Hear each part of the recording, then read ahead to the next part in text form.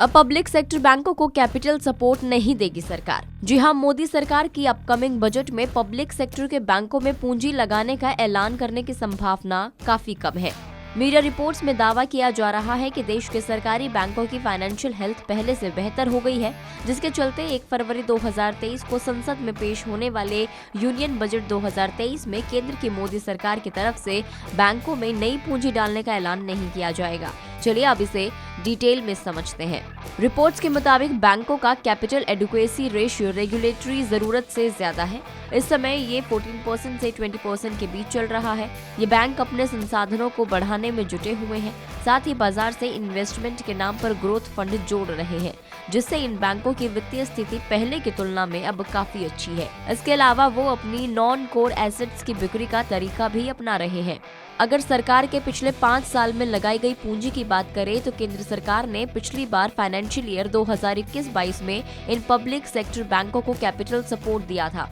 Bank recapitalisation के लिए 20,000 करोड़ रुपए तय किए गए थे।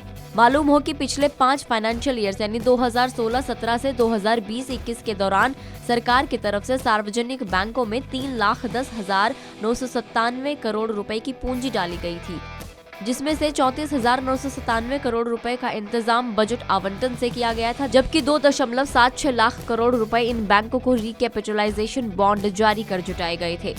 चलिए अब जानते हैं कि बैंकों का लाभ कितना ज्यादा बढ़ा है। पब्लिक सेक्टर के सभी 12 बैंकों ने 50% तक का लाभ देखा है। रिपोर्ट्स के मुताबिक सभी 12 पब्लिक सेक्टर के बैंकों को चालू वित्त वर्ष यानी फाइनेंशियल ईयर 2022-2023 की पहली तिमाही में कुल 15,306 करोड़ रुपए का लाभ कमाया है, जबकि दूसरी तिमाही में राशि बढ़कर 25,685 करोड़ रुपए हो गई।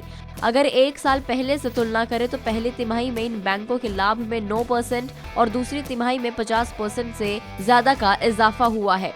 देश के सबसे बड़े bank state bank of India ने दूसरी तिमाही में अब तक का सबसे ज्यादा 13,265 करोड़ रुपए का लाभ कमाया है, जो कि पिछले साल की समान तिमाही की तुलना में ये 74% ज्यादा रहा है।